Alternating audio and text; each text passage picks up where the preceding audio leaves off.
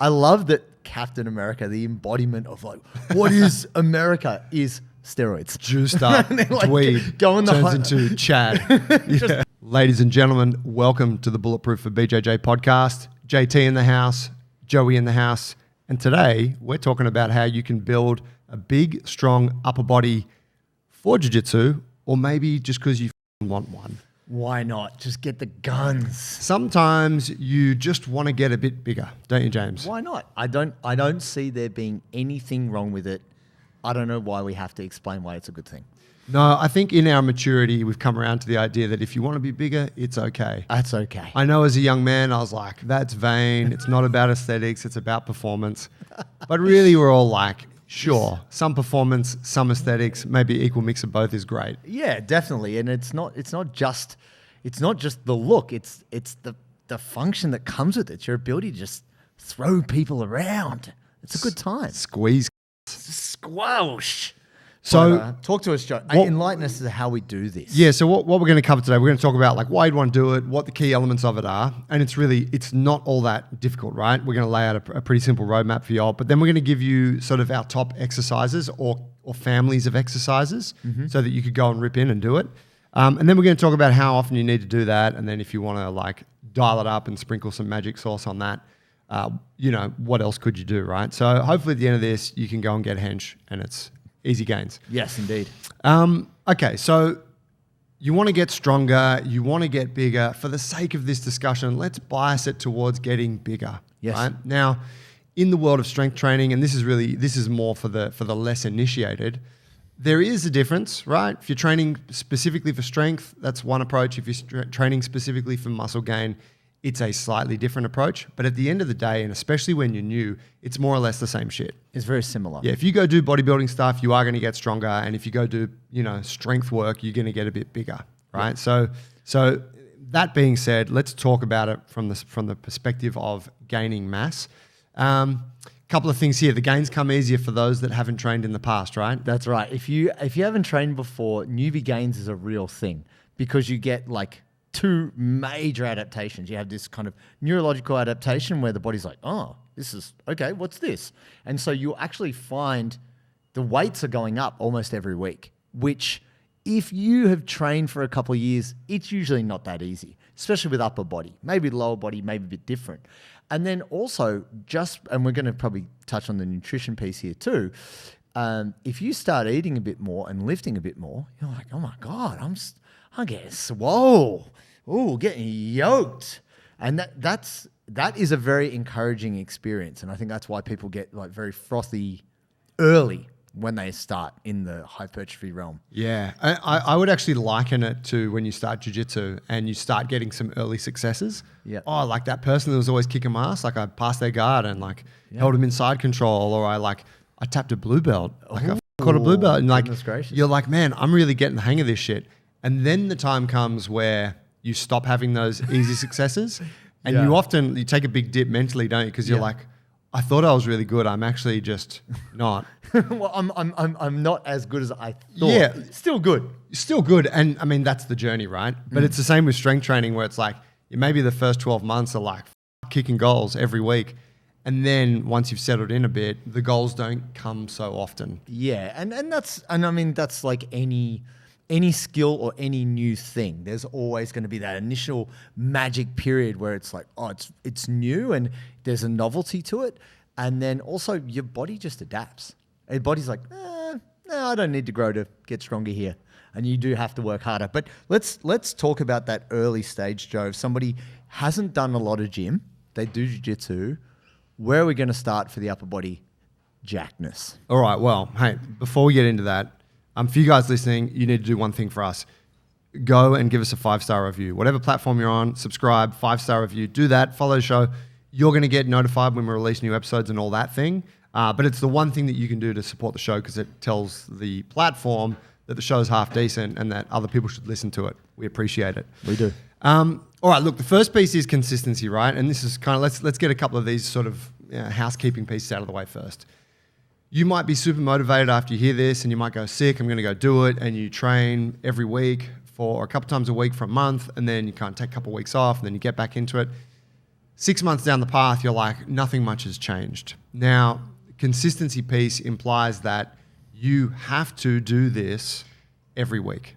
Yep. Right? It's really like, sure, you can miss a week here and there, but if you find that you're sporadic in your efforts to train and to eat the amount of protein that we're going to tell you need to eat and sleep and all that stuff, then you're just going to derail your chances of making the gains. And so this is where it really needs to become a habit. So don't look at it as, okay, I'm going to do this for like a month. So no, do this for 6 months, right? Yeah. And then you can stop and review and see where you're at. But it is our hope, and the people that we know who have the greatest success with their training are the ones that can adopt it as a habit and make it part of their life. Definitely. All right. Second piece of housekeeping, the essential items. Protein, you got to eat it. You have to. You got to eat it, guys. And that's the thing. I had this conversation, a friend of mine over in the United States, slim lady, a model lady, and she said... Wait, that's her Instagram handle, Slim Lady? The real Slim Lady. No, okay. that's not. She's A. Right on. And this is a very, very skinny lady, but she wants to grow her booty. Right. And so this woman eats in calorie deficit always. And she's like, how do I grow my butt? And I'm like, you need to eat more. And she's like, but how do I grow my butt and not eat more? That's not an option. I'm like, that's not how it works. If you want to build an extension on your house, you need building materials. Yeah. So if you don't supply more bricks, more timber, whatever, you need to build the house, you're not building shit. So don't get it confused, folks. The essential building blocks for muscle for you is protein. So however you get around that, because everybody's a little bit different. People have different dietary preferences, blah, blah. But I mean, my preferences are always like from whole foods, like getting it from meat, whether it be chicken, fish, steak, Sausages. whatever it might be. Yep, still counts. Burger patties. And then, eggs and, protein powders and protein bars. But, the thing, it always says on the protein bar, this should not be a sole source of nutrition. Yeah. I'm like, but what if I eat 5? Yeah. Would that, could it be a sole source of nutrition then? Yeah. What if I turn it into a protein bar loaf? Just What if stack I 10 of them sandwich together. What if I put it on bread? Does that count as a food? So if you're not Gotta eat food. If you're not having the protein, you're just not going to build the muscle. Yeah. And look, as a basic starting point, and we'll kind of leave you with this because we have explored this in depth in other episodes, but as a basic starting point, you should be having protein at every meal, and that's 3 times a day, breakfast, lunch, and dinner, and like a decent serve of protein. And then you should probably be having at least 1, if not 2, protein-rich snacks. Yes. Which is your protein powders, shakes, high protein yogurt, whatever. Okay. Nuts, all kinds of stuff. So if you're like, oh shit, like I often just have whatever, like I eat a salad sandwich for lunch, or I often like skip, I don't know, I have cereal for breakfast. Like these things are not bad for you, but if your goal is to build muscle, you got to add some protein to that meal as well. Definitely. And also just a little thing which might be a misunderstanding. If you have 200 grams of chicken, say, in whatever format you happen to eat that doesn't mean you're getting 200 grams of protein. Protein is only like 30% or 40% of what you're eating. So, if you're trying to get, say you're an 80 kilo human and you're trying to get 1.5, grams per kilo of body weight, then you're going to need, 120 grams of protein. That's at least 4 times 30 grams of protein. Yeah. If you do the bro math. So yeah, you just got to factor that in, folks. Yeah, and for those that want to know scientifically, want to geek out on it, 1.5 to 2.5 grams of protein per kilogram of body mass is your goal. It depends on the human. But it is a fair bit. Yeah, and that's like 1.5's like moderate, 2.5's a lot. So you got a bit of lot. room there, don't you? I can't hit 2.5. I think I've tried and it's just up. Yeah, and that's the thing. It's same thing with the lifting. It's whatever you can sustain. Yeah. So yeah, spot on. but have that as your minimum. So the second thing is you got to be eating like enough food generally. So great, you got protein, but you just also need to be eating plenty of food. You can't be kind of starving yourself and expect to be growing muscle, right? So we talk about calorie deficit, calorie surplus. You ideally want to be in a slight surplus here, or a moderate surplus. So enough food, right? So whatever the other foods are for you, sourdough bread, carbohydrates, fruits, vegetables, quinoa and shit, avocados, like eat it, all of it. Don't starve yourself because you won't be able to grow muscle. Definitely. And then you got to sleep. And so this is really to the people that just are chronically bad sleepers. JT said it many times before, sleep is when you are growing the muscle. Sleep is when your body's recovering from the training. And so you do all this work, you invest all this time to get the gains, but then often we throw it away when we sleep like shit. So you got to sleep as best you can. You got to get to bed early. You got to try and get 8 hours, and you got to do that every night. And don't go out boozing on the weekends. Don't fuck up. No. Don't have like 5 good nights during the week and then have 2 horrendous nights of sleep. If you're 21, you might get away with it, but for the rest of you, you probably won't. No, it's not the way. And look, just think Captain America, right? He's such a scrawny little dude at the start, and then they're like, I love that Captain America, the embodiment of like, what is America is steroids. Juiced up, like, dweeb, go in the turns into Chad. Just hyperbaric chamber and just drugs. Goosh. That's what sleep is. That's, yeah. You know, when you go to bed and you sleep and you wake up well rested, Captain America. Captain America is your recipe for success. That's it right there. This episode is brought to you by Parry Athletics. Parry Athletics make the best no-gi training gear in the world of jiu-jitsu. They've been a show sponsor of ours for some time now. We love them. We love their gear. They make the greatest training shorts, both for in the gym, lifting weights and doing your mobility, as well as being on the mat. You can get 20% off when you use the code Bulletproof20 at checkout. Go to parryathletics.com and make sure to use the code Bulletproof20 to get 20% off. All right, so let's get into the training. So we're going to talk about exercises here. Now, we'll probably, if you're watching this on YouTube, there might be some little pop-ups of exercise examples, but we'll try and do a separate video where we kind of go into these exercises. This is really going to help for those who are somewhat more familiar with this stuff. Now, here's the deal. We don't want to get this shit complicated, right? We want to keep it pretty simple. We have 3 categories of exercises that we want to explore: pressing, pulling, and then trunk exercises or core, call it what you will. And we're going to look at a few different variations for each of those. You only really need 1 exercise for each of those as a starting point, okay? But we're going to give you some options so that you have some variety here. Let's talk about pressing first, JT. Yes, sir. Favorite press of mine, dip. Yep. Dips. Huge fan. Super satisfying, get you a good pump, feel great, look beast in the gym. Chest, triceps, shoulders, goosh. Yeah, and when we're talking about pressing work, that's JT just described the muscle groups we're building, right? Chest, triceps, shoulders, that's essentially what's growing through all pressing exercises. So any variations of dips, whether you're doing it on bars or you're doing it on rings or you're doing it on a bench, good stuff. Next up, we have overhead presses. Essential. You can press with a single arm, kettlebells, dumbbells. You can press 2 arms with a barbell. You can do some push presses. You can press a sandbag. Yep. Doesn't really matter, right? But pressing something overhead, going from that front rack position to a full lockout, that's really what we're looking at, building the same muscle groups. Similar. Probably more of a bias on shoulders than chest, and a little bit traps as well. But I find also heavy pressing, I feel in my core as well. Yeah. Like I feel like, oh, you got to really brace. Because you're trying to resist that arch, aren't you? Yeah, and that's a tough thing too. So I think people neglect it because they have crappy posture and weak shoulders. So people are like, oh, I don't feel strong there. Yeah. And that's why people prefer to maybe do some other exercises to feel strong. But actually doing the thing that tests you and makes you feel weak is the thing that's actually going to make you strong and make you jacked.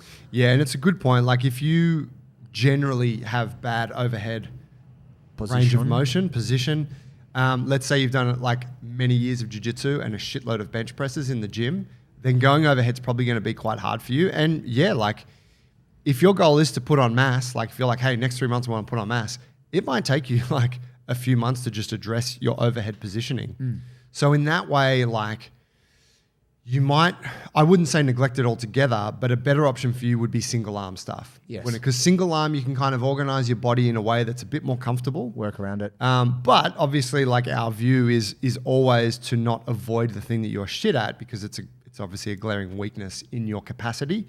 Yes, sir. So do try and weave it in there. I think the nicest mix is when you've got some overhead pressing and then you've got some like perpendicular pressing like bench presses and stuff, right?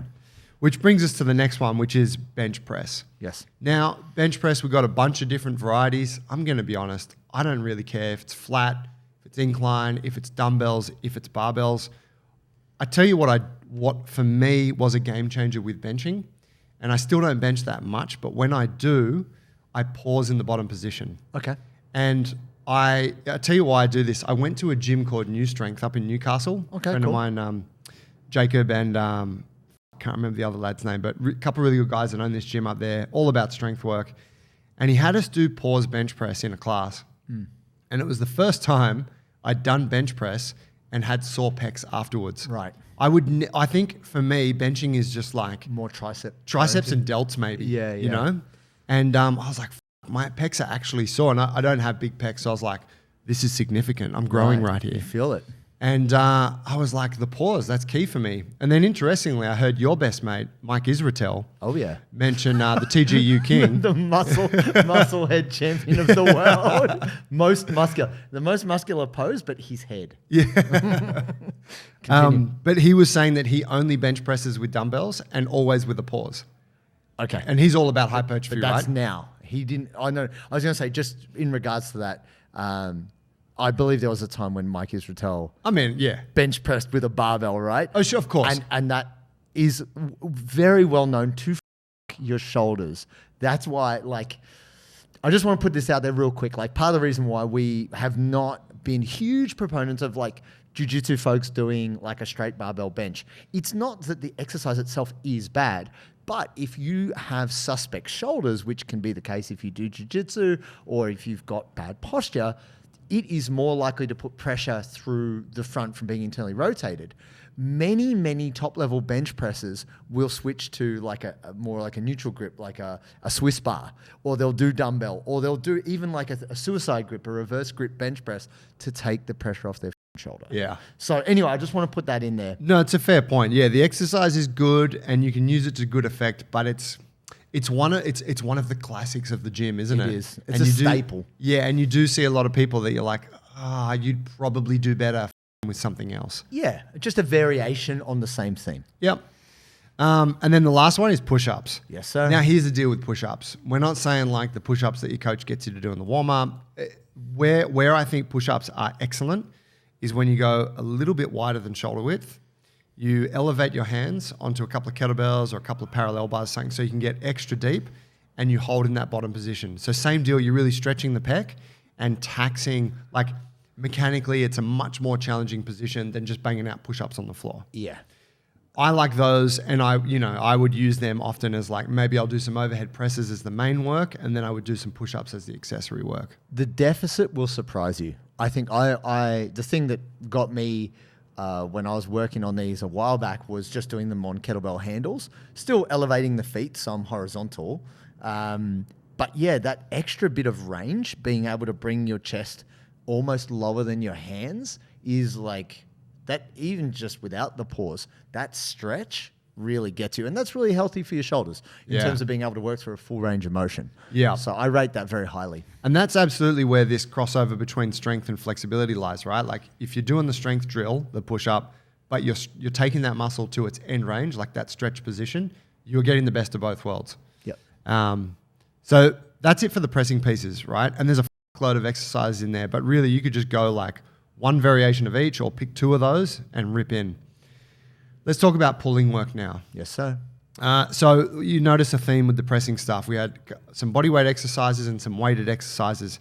Same shit with the pull, and I'm sure you'd agree, I think having the mix is always optimal. Definitely. I think like it just covers a lot of bases. The interesting thing for me is that you being a jiu-jitsu athlete, we want you to be as well-rounded as possible. So we want you to be able to do strong barbell, dumbbell work, but we also want you to be good with the body weight work too. I have seen many very big, strong folks who are good with a barbell, but when you get them to do like body weight pull-ups or push-ups, they struggle. And it's like their maximal strength's great, but their relative strength, their strength relative to their body weight is terrible. And we don't want you to have any glaring weaknesses. That's why we're we're structuring it in this way so we can have the best of both worlds. Yeah, absolutely. So for pulling work, the staple here are chin-ups. Yes, sir. Now, generally, people call them different things, but that's Chin-up, underhand grip. pull-up. Yeah, exactly. And chin-ups and pull-ups. These are a staple forever. Like I can't ever think of a program where I haven't had some form of chin up and pull up. And actually, whenever I neglect it from a program, which does happen because you want to focus on other things, Time to time. you pay the price. Because then when it comes around again, you're like, Bites oh, you in this the is so arse. hard. Yeah, like it's one of those things. It's like when you stop doing it, and especially as you get a bit older and you get a bit heavier and you do put on more muscle mass, probably a little bit more body fat too, it just gets hard to lift your own body weight. It does. So for me now, I'm like, I think I'm going to keep doing those forever. It keeps you honest. Yeah. It absolutely keeps you honest. And for folks out there, if you're like, oh man, I've never done a chin up or I've never done a pull up, there are many variations that can help you. So don't sweat if you're like, I can't even do that. You know, like if that feels like it's too far, there's ways for you to build up. So Yeah, absolutely. And look, shameless plug, if you need step throughs to get to your first chin up or pull up, go and do our standards program on our app and it'll walk you through it. Yep. Holds, eccentrics. progressions. Exactly. But so they're the staples, right? And if we're talking about like that overhead positioning before, right? Overhead pressing and stuff. If you do your chin ups or your pull ups at full range, so you start in a complete dead hang, shoulders as open as you can with your elbows locked, and then you pull all the way to the top as close as you can, getting the bar to your chest, you are then again nourishing that range. And this is helping you to, like you're getting the hang portion in there and then you're getting the strength. So I think like from a general shoulder health, movement perspective, spinal decompression, etc., they're a great exercise. And there's also a little bit of core in there. Keep it real. Like you've got to, you know, you can't be sloppy and loose downstairs. You've got to kind of tighten up through the abs a bit to get that good like set in the scaps. Yeah. And I actually find that if I haven't done pull-ups for a week or two and I do a couple sets, I'm like, oh, Abs. Yes. You know, it'll surprise you. So it's so true. Yeah. You know what I think a lot of that is too? You notice at the top of the pull, you go into flexion. Compressed. Yeah, like your abs and like everything on the front chain really compresses there. Yeah. Yeah, it's a great exercise. So many things. So then we got weighted rows. Now, rows are like basically pulling something, right? So you got classic dumbbell rows, you got barbell rows, you got body weight rows. You could do like a ring. So like rings, or even, let's say there's no rings at your gym, but there's a squat rack or there's something. Smith machine, right? You can set the bar at a point where you can get yourself at a nice horizontal position, whether your knees are bent or your legs are straight, and you can get that really strong pull through the shoulders and the lats, and it's great. Yeah, rows are like the best. Fundamental. When we're in Vegas, that day, I think that day that you came and saw You and Prince the and I at the Prince. gym, Yep.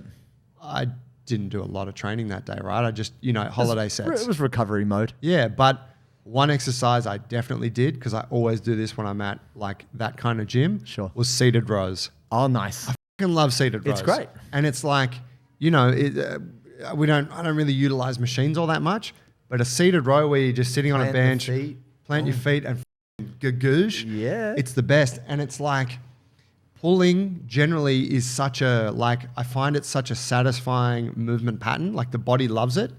And it's so applicable to jiu-jitsu, right? Forearms, biceps, rear delts, lats, scaps, the whole shit. Like when you see a big jacked strong person, they generally have a back.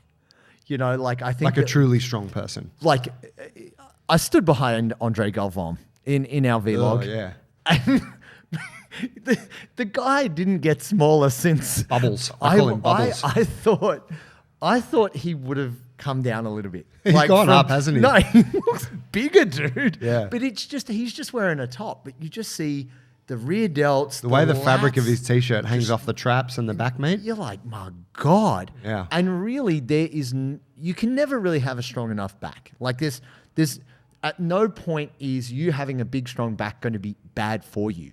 No. You know what I mean? It's only ever an advantage. It's only evident, especially if you're a grappler. So it's so important that we do not neglect these exercises. And for maybe folks that haven't observed it, because so here's something, when I was younger, all the dudes wanted big pecs and big biceps, right? Of course, because what you can see. Yeah, and so I was like, they do heaps of pressing work and grow these big pecs and heaps of bicep Chest curls. and biceps. And you don't see your back because it's behind you. you. And so dudes never, like those dudes, right, that were just training sort of the mirror muscles, there's never much of a back on them. But you don't even observe it that much, like when you have an untrained eye. Sure. You're just like, look at the size of his pecs, look how much he's benching, right? If you like look at the inverse of that, you look at like any of the Dagestani wrestlers in the UFC, Sure. or any wrestler, Yeah. right? Or even a lot of people who, like a lot of grapplers, like jiu-jitsu players, even ones that don't train, like don't do lifting, they will have a big back. Yeah. And it's like this Tortoiseshell. massive tortoiseshell that grows on, and it's like, holy shit, they've got like just these slabs of muscle on the backside of their body from all the pulling and squeezing, right? That's the shit we want. Yeah, and it's not just the look. If you have a big back can only be built through loading it up time after time. There's strength there. It's hard work. Yeah. And so there's definite ways to get it. So whether you're using a dumbbell, a kettlebell, a machine, Bands. horizontal rowing, it has to be done. Absolutely. And it's like easy to rip into and just go super hard and load that shit up. I will say, once you've seen it, once you've looked at the wrestlers or you've looked at it and been like, then you want it and you got to have it. Yeah. Get the big back. And to be honest, like if you want to grow like pecs and shoulders and all that, the back is like the foundation that all that shit sits on in a way. Sure. So this stuff plays hand in hand, right? Now here's the beauty, right? So that's the pulling work. We're building the torso, and when we couple pressing and pulling, it's this real simple way to superset exercises, because the pressing stuff is using the opposite muscle groups to the pulling stuff. So you'll see, like in a lot of our workouts, and if you're looking to save time, you can do a set of pressing and then a set of pulling, and you can just bounce between them, get your 4 or 5 sets done, move on to the next. It's a really efficient way to train in the gym. And it also I find like the supersetting just taxes you kind of more than the sum of its parts. It creates more fatigue. Like I've definitely found that if you're in the superset setup where you're not working the same muscle groups, you're working opposing muscle groups, because you can do a superset where you work like the same muscle group in a different way. But if you're doing opposing muscle groups, you get double pump. Like I actually find that like doing dips v pull-ups, my arms just it's a ridiculous feeling, right? You look like bloody Tommy Lannister and CJI, just the Popeye arms, right? And the interesting thing about it is they have shown that by engendering this certain amount of fatigue, it does help growth. Yeah. Like it does. Yeah. It's been studied kind of over and over the last 20, 30 years that this format of supersetting engenders a certain amount of fatigue, which sparks growth. Absolutely. I've had that situation a couple of times recently where I've come to training with some water, but I haven't had any electrolytes, and I've finished training and I've had to go to a convenience shop and buy myself some kind of sports drink, usually a Gatorade. Cost me like $7. It's small and it really doesn't contain that much of the good stuff that I'm looking for, which are the electrolytes. Sodi, on the other hand, is my partner when it comes to hydration, and I'd simply just run out of it. And it sucks because I got to go buy expensive stuff that doesn't do anywhere near as good a job. I'm super stoked that we've been restocked with the Sodi, and now I can be properly hydrated when I train jiu-jitsu.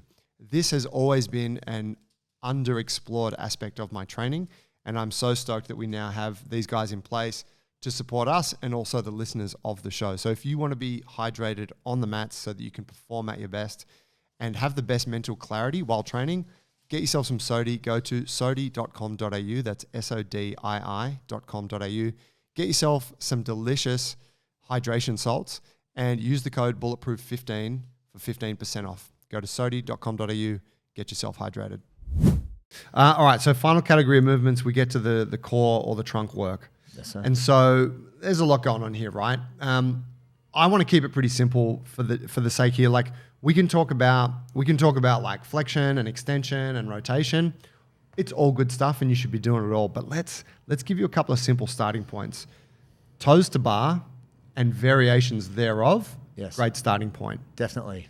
You won't be able to start with the toes to bar, more than likely, but you can start with knee raises, hanging leg raises, and build your way up slowly over time, progressing your way towards a full toes to bar.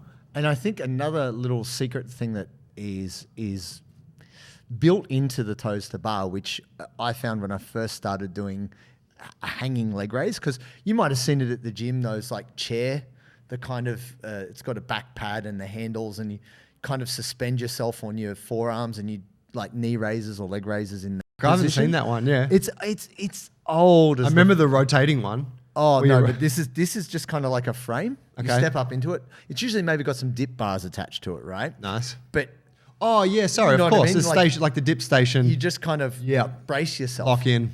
The thing about this, the reason why I brought that up is that is inferior to the hanging because there's always a bar, right? It doesn't matter if you're at any gym, there will be a horizontal bar of some sort that you can hang off. What is so good about that is the grip and lat work that comes in with the trunk, I think can't be underestimated. Like, Yeah, it's pretty dope. and most people, I think, avoid this movement because maybe they suck there a little Yeah, bit. it's so fucking hard. Yeah, so you are also going to get really strong forearms and lats, as well as getting the abs and serratus and the superhero muscles. Like when you see the like Batman suits and the, you know, maybe the actor that they've got playing the superhero is out of shape, but they just slap the muscle the suit. suit on them, Yeah. the sculpted pecs and the Get the muscle suit. serratus. Bang! We're you gonna know? need a bigger muscle suit. Yeah. Like, I think it was Jason Momoa was talking shit about Wolverine, about Hugh Jackman. Oh yeah. Because Jason Momoa, the guy who plays Aquaman, legendarily doesn't work out. He's just got amazing genes. Yeah, right. And he kind of plays it up because he drinks beers and smashes cigars and shit like that. And he was saying that Wolverine looks skinny. And he was like, well, I don't use a muscle suit. And it just had Hugh Jackman just going, "Ugh," like Wolverine just being ripped and super jacked, right? Yeah.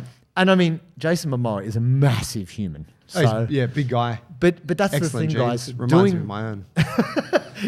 Bro, I couldn't even believe how big he was. You see him standing next to Gordon Ryan. Gordon Ryan went and hung out with him a while back. Oh, that thing. Yeah, yeah. And he dwarfs Gordon Ryan. You're like, Gordon Ryan looks tiny next to Momoa.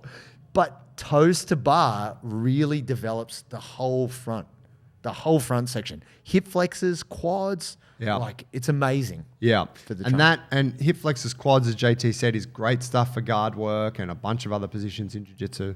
So there's like a multitude of benefits with that drill. So if someone couldn't do a toes to bar, Joey, and they're just getting started, what would you recommend is like first step? Hanging knee raise, Yep. you know, so starting in that full hang position and then just pull like feet together, knees together, pulling the knees up until your knees are at the same height as your hip. Yep. Like 90 degrees, working those and then gradually build that up to like bringing knees up to armpits. Oh yeah. So you're now trying to connect the thighs to the torso or to your belly, essentially. Yep.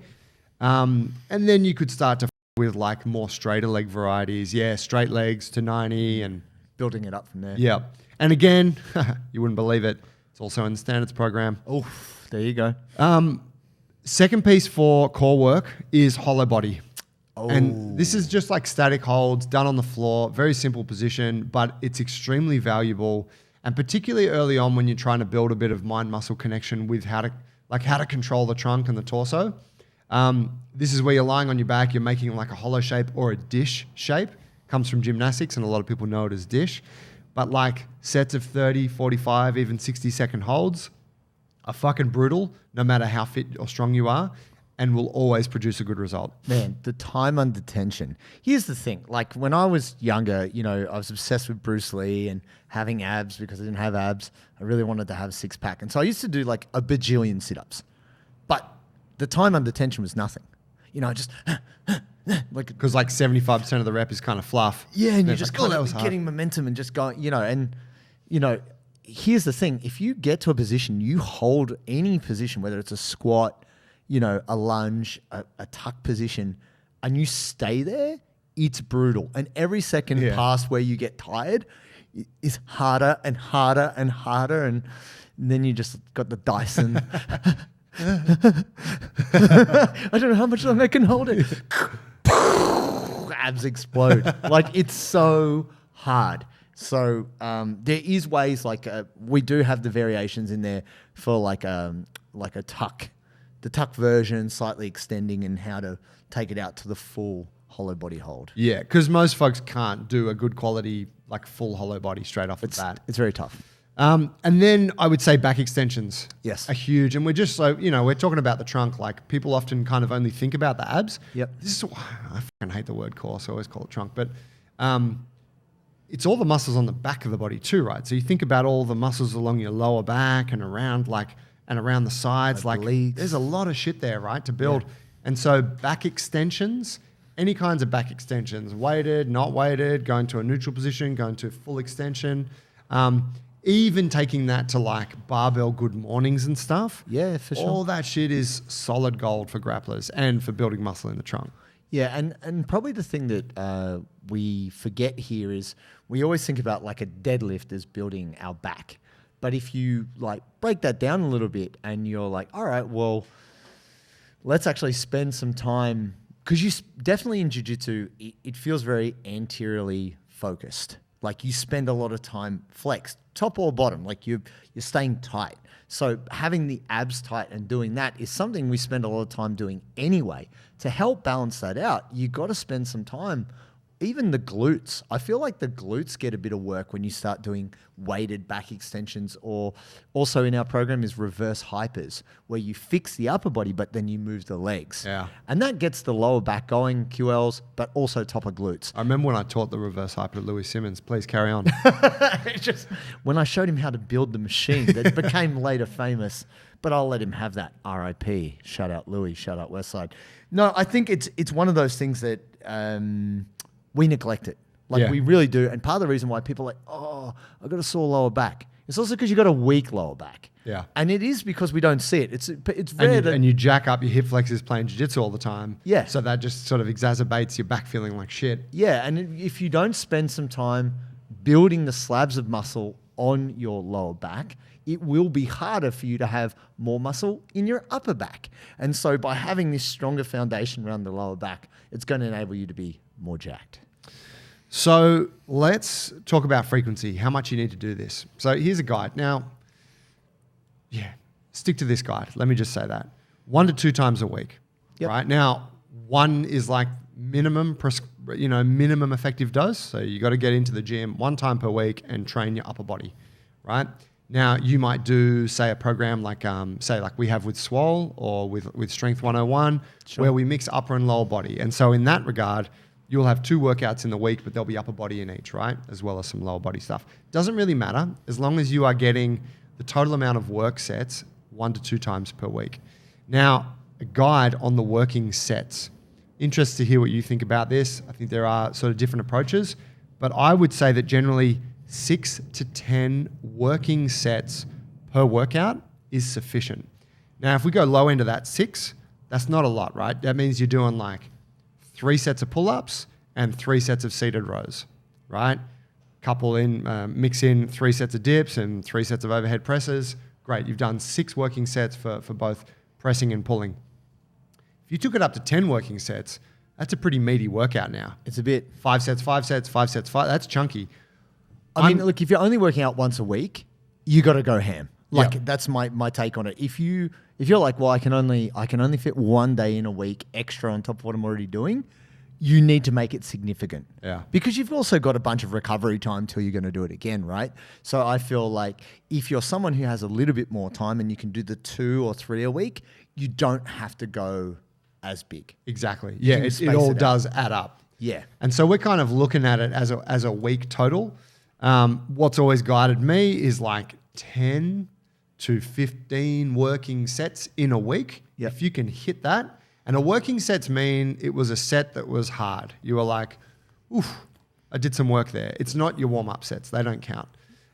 So, let's say you're doing 4 sets of an exercise and you might do 1 or 2 warm-up sets. It's only the 4 working sets that you did that count towards this. Yeah, we got to be clear on that. Like, we definitely encourage all of our people to do at least, with hypertrophy, you don't need to do much of a, like, yes, it's good to know where you're at that day, but it's probably more when you're going heavier and you're doing the strength work that you need like ramp ups to build up to the point.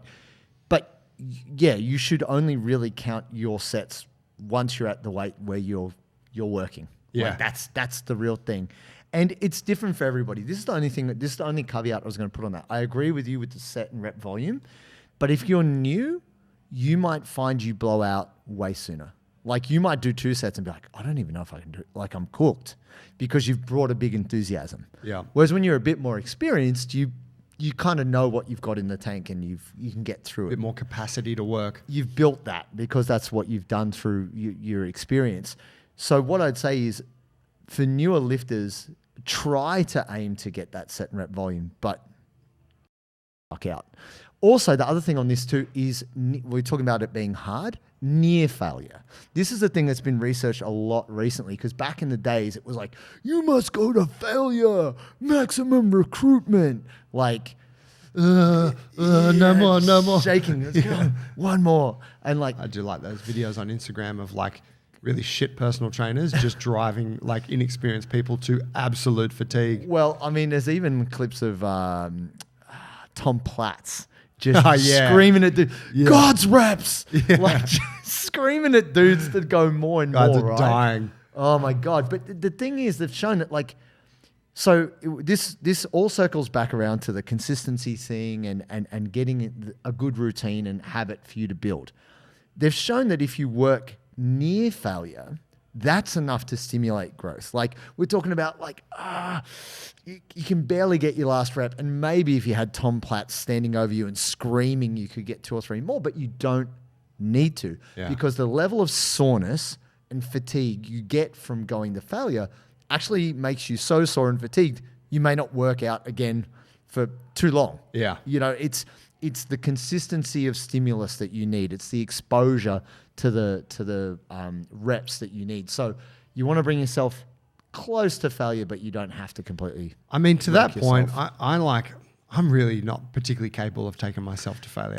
You know, I'm not that guy. Like in the gym, I'm like, ooh, that was tough. But I'm not, you know what I mean? But I'm Yeah, not like, sure. like, and you know, like, yeah. And I'm like, so we get it done, you know? And I think, but I do think if you are maybe a bit gentler on yourself than that, and you're like, you know, you hardly broke a sweat, and you're like, oh, I maybe could have done more, I don't know, then okay, you need to push it a bit more. Yeah, and look, people get really caught up in the what's my RPE or what's my reps in reserve, and like part of the reason why we don't have that as part of our program is that's very subjective. You know, like if you say someone, how hard was that? They go, oh my God, that was a 10 out of 10. You're like, Yeah, I almost died. you're like, can you do 5 more reps? They're like, oh yeah. You're Yeah. like, okay, it wasn't 10 out of 10, right? But essentially, do push yourself, because that bit where you're like, can only barely just get the rep, that is really where the body is pulling in all sorts of new muscle fibers and recruitment to stimulate you to grow. So yeah, you want to push that. And then here's like a recommendation to wrap it up on. You could take that, you could write all that shit down and go train. Perfect, done. If you want like a pre-structured plan that's going to adhere to all those rules, you can jump onto our app, go to the App Store, download Bulletproof or BJJ app. You're going to get the Swole program. I would say jump on that, but really you could probably do any of our programs. If there was something that excited you more, they do adhere to the same rules. But you get a 14-day free trial. You don't have to pay anything for it. Start doing the program, and that's going to guide you, and it's going to make it really hard for you to fail, because it's going to track your training. It's going to allow you to stay consistent and reward you for when you are. And here's the piece: do it for 12 weeks. Yeah. This is kind of what we always say is like, just choose one program, do it for 12 weeks. That's 3 months. It's not a long period of time. It's a quarter of a year, and you will see a result. And then after that, you could be like, how do I feel about that? Was I happy with the result? I reckon you will be. But that's when you'd be like, maybe I want to do more. Maybe I want to try a different program. Whatever. It's up to you. It'll change your life. You'll look fantastic. You'll feel fantastic. And when you post those pictures at the beach this summer, or maybe it's summer already, make sure you tag Bulletproof, son. That's what I'm talking about, John.